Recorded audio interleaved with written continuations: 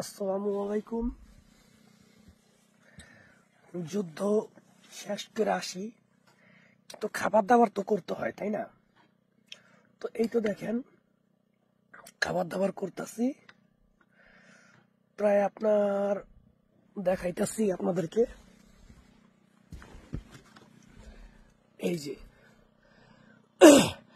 এরকম একটা ডিব্বার মধ্যে মাংস থাকে, প্রায় আপনার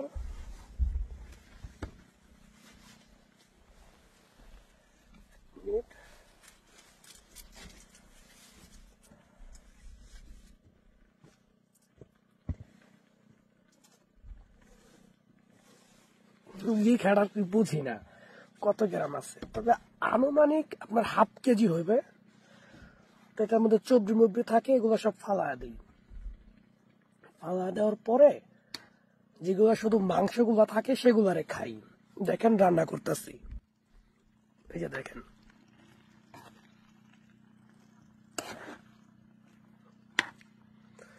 দুইটা নুডলস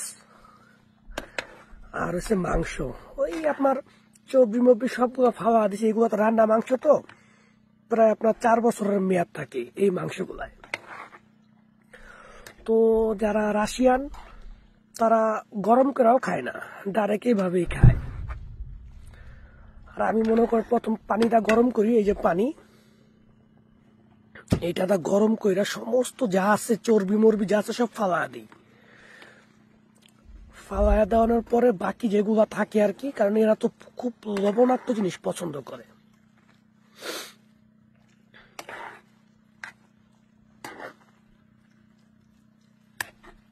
অনেকে আর কি প্রশ্ন করেন আপনারা কিভাবে আমরা খাওয়া দাওয়া করি না করি, এজন্য আর কি করা, অন্য কিছু না। অনেক ভিডিও আছে যা কিনা আমি ছাড়ি না। এই পর্যন্তই দেখেন। রান্না করার পরে আমরা করি কি, এটাকে বলা হয় মাইনাস। ডিম, টমেটো, ধনিয়া পাতা, এই যে মশলা, এগুলারে দিয়ে আর কি মেশিন দিয়ে তৈরি করে, ওই যে ফাঁকি যেটাকে বলা হয় মিক্সচার। তো এটা খাইতে খাইতে এটার অভ্যাস হয়ে গেছে, এটা ছাড়া কিছুই খাইতে পারি না, কারণ আমরা তো ভাত খাই না। নুডলস, রুটি, ম্যাকারনি, এই ফল থল যা আছে এগুলাই খাই, এর বেশি কিছু না। তারপর আপনার আছে জুস, মালটার জুস। মালটার জুসটা আমরা এই কারণে খাই, কারণ আমাদের অনেক সময় প্রচুর পরিমাণ পরিশ্রম করতে হয়।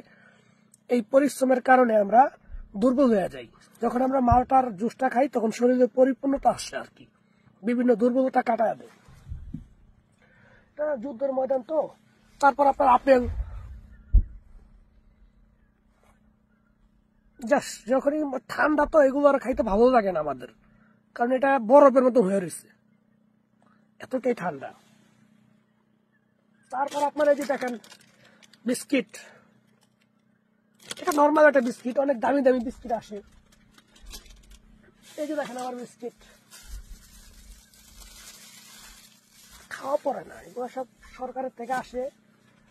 আর যখন আমরা যুদ্ধে যাই তখন আমরা এই বিস্কুট গুলো ব্যবহার করি।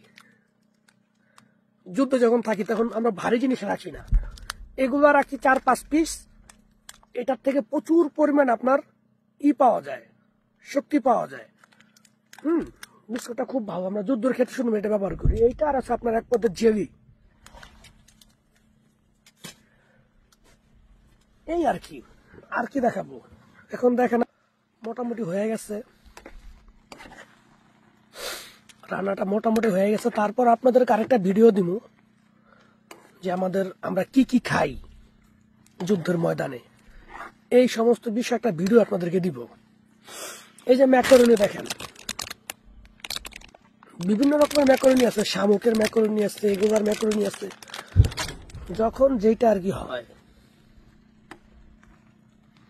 আমাদের গ্যাস দেখবেন, এই যে দেখেন ছোট একটা গ্যাস, হ্যাঁ, আর চুলাটাই সেই। এটা শুধুমাত্র আমরা পয়েন্টে, যেখানে আমরা আর কি থাকি, ওই পয়েন্টে চুলাগুলো ব্যবহার করি। আর যখন আমরা দূরে থাকি তখন এই এগুলো আমরা ব্যাগের মধ্যে নিয়ে রাখি, একটা গ্যাস নিয়ে রাখি, যেটা ছোট দেখছেন, এটা আমরা যুদ্ধের ময়দানে যখন যাই তখন এটা আমাদের সাথে থাকে, এরকম ছোটখাটো। হঠাৎ করে ঠান্ডা চা খেতে হবে, বা আমরা এক জায়গায় আসি, প্রচন্ড শীত, গরম পানি লাগবে খাওয়ার জন্য, তখন আমরা এটা ব্যবহার করি। আর এটা হচ্ছে জাস্ট আমরা যখন আমরা পয়েন্টে থাকি রান্নার জন্য এটা। আর এই যে গ্যাস আমাদের সবসময় ফ্রি থাকে, ওই যে একটা গ্যাস, তারপর এই যে দেখেন গ্যাস দেখছেন, এগুলো আমাদের ফ্রি থাকে, অ্যাভেলেবেল থাকে। এই দেখেন আমাদের জিনিসপত্র, ওই যে রসুন এই জাতীয় জিনিসই আর কি। আমাদের দেখেন পাওয়ার ব্যাংক অভাব নেই, ঠিক আছে। এতটুকুই। যুদ্ধ খুবই কঠিন, বুঝছেন, বাস্তবতা আপনারা দেখলে বুঝবেন, এছাড়া না। তবে আমার একটাই কথা, কোনো মানুষ যাতে যুদ্ধে অংশগ্রহণ না করে, এটা আমার সবচাইতে প্রথম উপদেশ। যুদ্ধ খুবই ভয়াবহ, বাস্তবতা দেখলে কোটি টাকা দিলেও আপনি আসবেন না, বুঝতে পারছেন। এতটুকুই, বাই বাই।